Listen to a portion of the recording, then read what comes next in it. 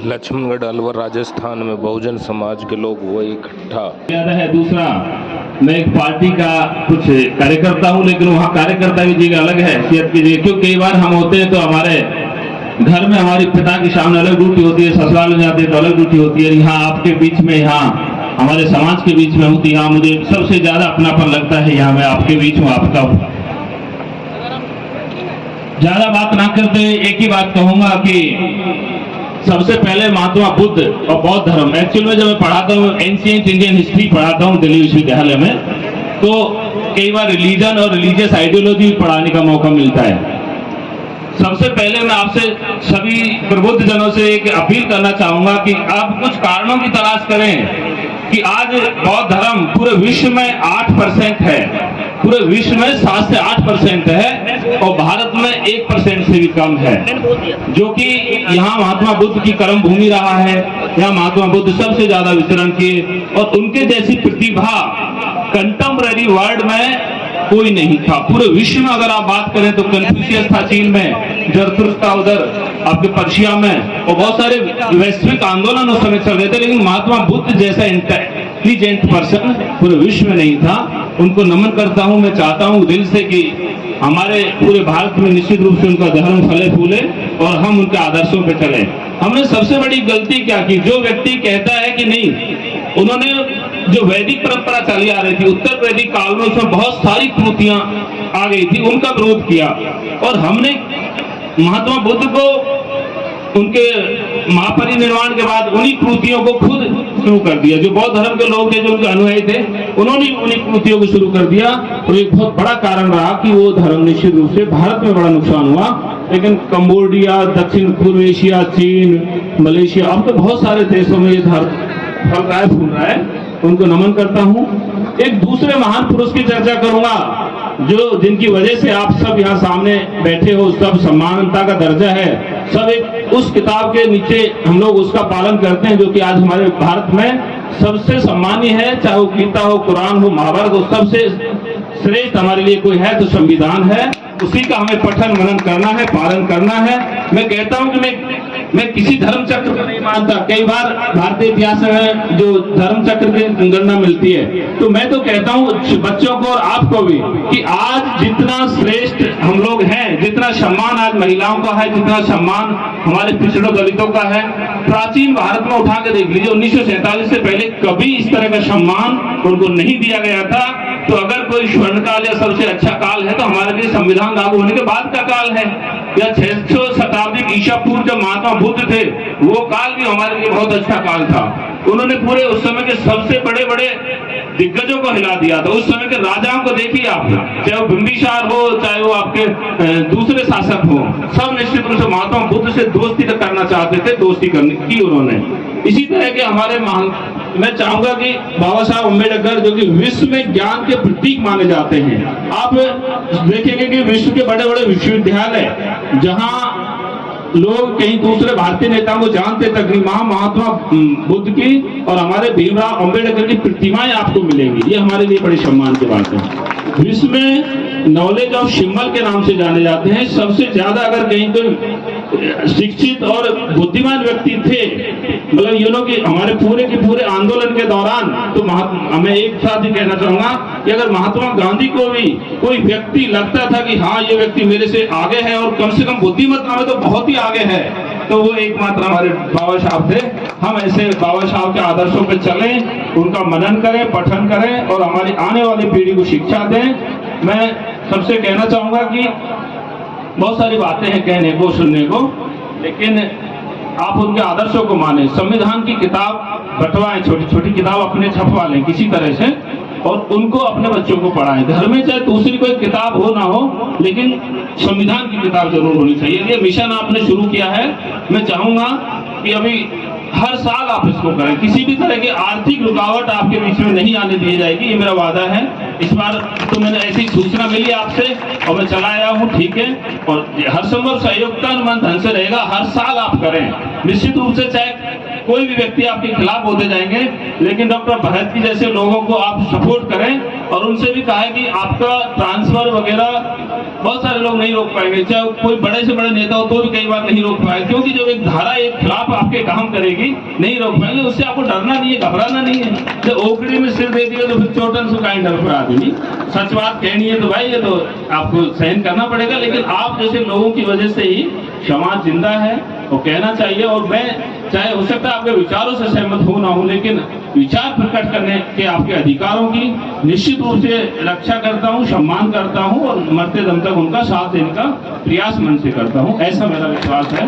और इस मिशन के लिए तो पंक्तियां कि इस मिशन का उद्देश्य नहीं हो श्रांत भवन में टिक रहना, किंतु पहुंचना उस मंजिल तक जिसके आगे राह नहीं है, जिसके आगे राह नहीं है।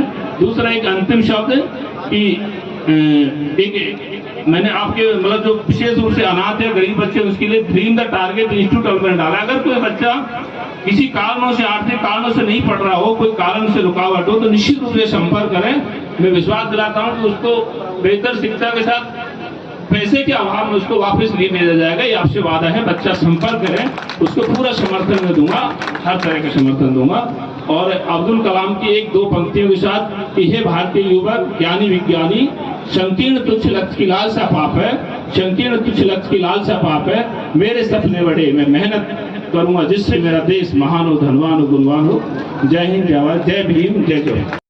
स्वीकार होगी, लेकिन जो मौत देने वाले हैं वो ये याद रखें कि मेरा शरीर मर सकता है, मेरे विचार, मेरी आत्मा नहीं।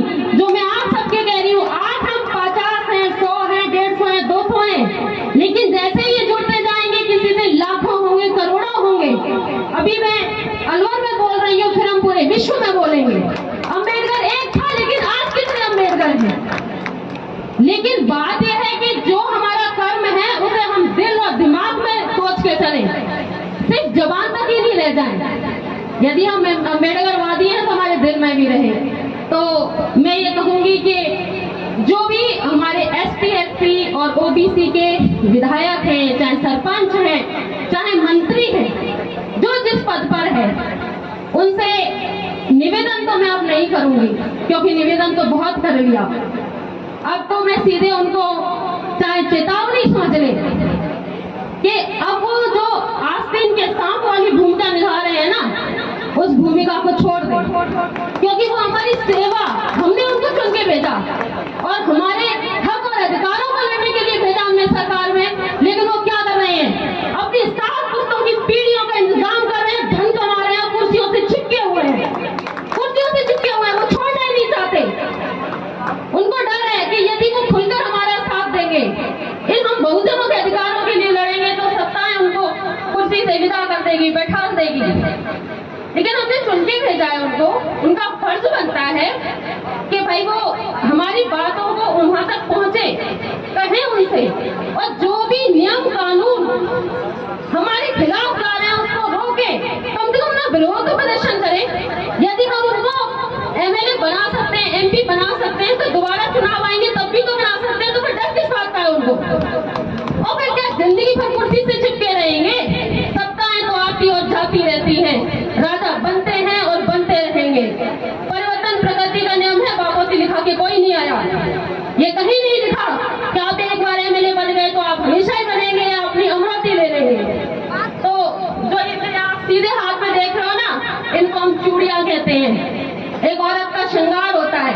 लेकिन यदि यही चूड़ियां कायर व्यक्तियों को भेंट कर दी जाएं, तो उनके लिए शर्म का विषय होता है कि मर्द को अगर मैं चूड़ी पहनने के लिए कह दूं, अरे ऐसी कायरता का क्या करेंगे हम? ऐसे बापर भाइयों का क्या करूंगी मैं, जो हमारे शोषित भाइयों के लिए, हम गरीबों के लिए हमारे साथ अन्याय हो रहा है, हमारे खिलाफ आवाज नहीं उठा सकते हो।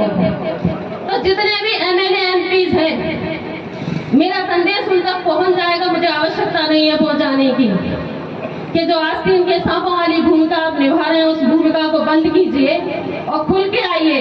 अन्यथा मैं मानती नहीं हूं, पर फिर भी श्राद्ध बच्चे चल रहे हैं और मावस के दिन सारे भूले मित्रों का श्राद्ध किया जाता है। अगर वो जिंदा रहते हुए अपने श्राद्ध नहीं करवाना चाहते मेरे द्वारा, क्योंकि मैंने श्राद्ध क्रिया कर पिंडदान भी सीखा है, अगर मेरे द्वारा अपना श्राद्ध नहीं करवाना चाहते जीते जी, तो अभी भी 7-8 दिन बाकी है अमावस में। अपनी बात को रखना सीखे, संसद में अपनी बात को कहना सीखे। अगर नहीं कह सकते तो ये मेरा वादा जरूर है कि मेरे पास बहुत सारी चूड़ियां रखते हैं, मैं शायद चूड़ियां पहनना छोड़ दूंगी, लेकिन उनको चूड़ी भेंट में जरूर भेजूंगी, उनको चूड़ियां भेंट में जरूर भेजूंगी मैं, अगर उन्होंने अपना पुरुषत्व नहीं। मैं रतिराम जाटव राजगढ़ महाविद्यालय में असिस्टेंट प्रोफेसर के पद पर कार्यरत हूँ। लक्ष्मणगढ़ तहसील के जमालपुर गांव का रहने वाला हूँ और राजस्थान विश्वविद्यालय जयपुर से मेरी पढ़ाई लिखाई उच्च शिक्षा प्राप्त की है मैंने। हम बात करते हैं समाज को आगे बढ़ाने की, समाज को एक जागृत करने की। साथियों, जब तक हमारा समाज आगे नहीं बढ़ेगा, जब तक हमारा समाज जागृत नहीं होगा, जब तक हम शिक्षित नहीं होंगे। शिक्षा के बिना सब कुछ अधूरा है। चाहे कितने ही आप आयोजन कर लें, चाहे कितने ही आप जागरूकता कार्यक्रम कर लें, बाबा साहेब की प्रतिमाओं का अनावरण कर लें, लेकिन जब तक हम सही मार्ग प्रशस्त नहीं करेंगे हमारे बच्चों को, हमारे आने वाली पीढ़ियों को, तब तक हम वास्तविक रूप से आगे नहीं बढ़ सकते। बाबा साहब का जो सपनों का भारत है उसका निर्माण नहीं कर सकते। और जब हम शिक्षा की बात करते हैं तो हम देखते हैं कि हमारे समाज का बच्चा उच्च शिक्षा की तरफ नहीं जाना चाहता, उच्च पदों पर पदस्थ नहीं होना चाहता, ना ही यहाँ तक कि जब कोई वैकेंसी आती है तो वो पूछता है कि भाई एससी की कट ऑफ कितनी गई थी पिछली बार, एसटी की कितनी गई थी। क्यों भाई, एससी एसटी में ही सिलेक्शन लेना है क्या? अपने घर में तो हर कोई शेर है, सिलेक्शन लीजिए आप जनरल में ताल ठोक करके लीजिए। जनरल की कैटेगरी की आप कट ऑफ पूछिए, उसके आधार पर काम कीजिए। जब आप एससी एसटी की कट ऑफ पूछते हैं और आप कहीं ना कहीं सेलेक्ट होने से रह जाते हैं, फिर आपका एक ही जवाब होता है, मैं जितने भी विद्यार्थियों से ज्यादा बड़ा नहीं हुआ, लेकिन मेरे को 10-11 साल का प्राइवेट और राजकीय संस्थानों में पढ़ाने का अनुभव जो रहा है। मेरे 2 विद्यार्थी अभी और पिछले मेरे साथ में असिस्टेंट प्रोफेसर बने थे 2 विद्यार्थी। इसके साथ ही काफी विद्यार्थियों से जब मैं पूछता हूँ कि क्या रहा तेरा रिजल्ट, तो वो कहता है मात्र 1 नंबर से रह गया, आधे नंबर से रह गया, 2 नंबर से रह गया, कोई ज्यादा से नहीं रहता। क्यों नहीं रहता? उसकी वजह है आपने पूछा तो वहीं तक था जहां पर आप पहुंच नहीं पाए। आप तमन्ना चांद की रखो, चांद भले ही ना मिले पर चांद की सूरत तो दिखेगी तुम्हें। जब आप जर्नल की तरफ सोचोगे, जर्नल में अगर सेलेक्ट नहीं भी हो पाए, किसी कारणवश नहीं भी सेलेक्ट हो पाए, तो आपको कम से कम अपनी कैटेगरी में तो जगह मिलेगी। अभी कंप्यूटर अनुदेशक की भर्ती हुई, 3000 पर खाली चले गए। हमारे समाज के बच्चे सेलेक्ट नहीं हो पाए, क्या कारण रहा? कहीं ना कहीं जागरूकता की कमी थी, कहीं ना कहीं हमारी मेहनत में कमी थी। कई विद्यार्थी ऐसे होते हैं जब हम देखते हैं, सर मेरी बीए चल रही है, क्या तैयारी कर सकता हूँ? कुछ मत कर, पहले बीए कर ले ढंग से। बीए करेगा 40% से आगे कहीं फॉर्म ही नहीं भर पाएगा। कम से कम अपनी जो वर्तमान शिक्षा चल रही है उसको अच्छे से कवर कीजिए। आप एक साथ 2 नाव पर पैर रख के सवार करने का प्रयास करोगे तो मझधार में ही डूब जाओगे, नहीं सक्सेस हो पाओगे। एक तरफ आप अपना रास्ता प्रशस्त करें, एक मार्ग बनाएं, उस मार्ग पर चले, आपको सफलता अवश्य मिलेगी। और इसका जीता जागता उदाहरण हमारे सामने राहुल वर्मा भाई बैठा है, जिन्होंने मात्र 23 साल की उम्र में असिस्टेंट प्रोफेसर, राजस्थान की ही नहीं भारत की सबसे बड़ी वैकेंसी, कलेक्टर भी आपके 5400 ग्रेड पेपर आता है और हमारा प्रोफेसर 6000 ग्रेड पेपर आता है। एक मार्ग बनाया, मैं स्वयं एक मार्ग बनाया, उस मार्ग पर रहते हुए 3 सरकारी नौकरियां, 2 छोड़ दी, तीसरी पर मैं वर्तमान में पदस्थ हूं और कार्य कर रहा हूं। तो मेरा आपसे यही कहना है, युवा वर्ग जो हमारे बीच में बैठा है, उससे मेरा यही संदेश देना चाह रहा हूं कि आप एक रास्ता चुने, उस रास्ते पर ही कठिन परिश्रम से चलें, हार्ड वर्क ना करें, स्मार्ट वर्क करें। हार्ड वर्क और स्मार्ट वर्क में अंतर है। हार्ड वर्क में आप क्या करेंगे, एक सब्जेक्ट पढ़ेंगे, राजस्थान का इतिहास पढ़ना है, कौन सी किताब पढ़नी है भाई साहब? आज भल्ला की किताब खरीद लाए, आज लक्ष्य की खरीद लाए, एक साथी ने कहा राय की किताब खरीदनी है, राय की खरीद लाए, किताब खरीद ली 10, पढ़ा नहीं एक बार भी। आप 10 किताबों को एक बार मत पढ़ो, एक किताब को 10 बार पढ़ो। एक किताब को 10 बार पढ़ोगे आपको वास्तव में सफलता मिलेगी, ना कि 10 किताबों को एक बार पढ़ने से सफलता मिलेगी। आपका लक्ष्य एक होना चाहिए। कई बच्चे ये कहते हैं सर मैं गेम्स भी खेलना चाहता हूँ, मैं पढ़ना भी चाहता हूँ, मेरा सिंगिंग में भी वो शौक है, मैं सिंगिंग भी करना चाहता हूँ, लेकिन मुझे सक्सेस नहीं मिल पा रही है क्योंकि उसका एक लक्ष्य नहीं है। लक्ष्य एक निर्धारित कीजिए, आप सारे काम कीजिए, सिंगिंग भी कीजिए, गेम भी खेलिए, सारे काम कीजिए। इसका उदाहरण मैं अपनी माता जी से, अपनी बहन से देना चाहता हूँ। आप सभी जो मंच के समक्ष बैठे हुए हैं वो ग्रामीण परिवेश से हैं या फिर सिटी से हैं? सभी लोग ग्रामीण परिवेश से हैं, सिटी से हैं, चलो कोई बात नहीं, मान लिया।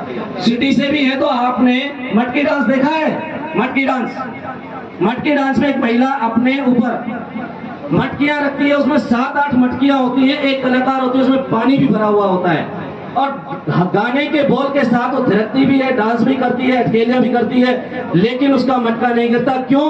क्योंकि उसका लक्ष्य मटका है। तो आप भी अपने जीवन का एक लक्ष्य बनाएं। आप IAS बने, RS बने, प्रोफेसर बने, चाहे आप पटवारी बने, आप कुछ भी बने, लेकिन एक लक्ष्य निर्धारित करें और उस लक्ष्य को ध्यान में रखते हुए जिंदगी के हर ऐश एंजॉय कीजिए। आपका लक्ष्य नहीं डगमगाना चाहिए, आपको निश्चित सफलता मिलेगी।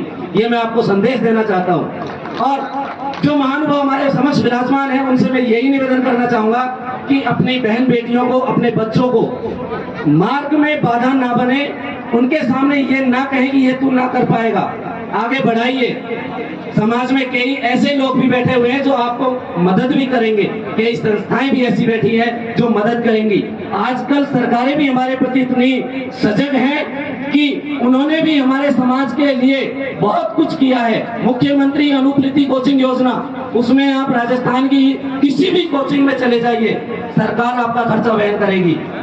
मुख्यमंत्री अनुप्रीति कोचिंग योजना के तहत आप जिले लेवल पर, राजधानी लेवल पर जाएंगे, वहां पर आपका रूम रेंट सरकार वहन करेगी। आप अप्लाई तो कीजिए, आप जानकारी तो कीजिए योजनाओं के बारे में। जब हमें योजनाओं के बारे में ही जानकारी नहीं होगी तो हम कैसे आगे का मार्ग प्रशस्त कर पाएंगे।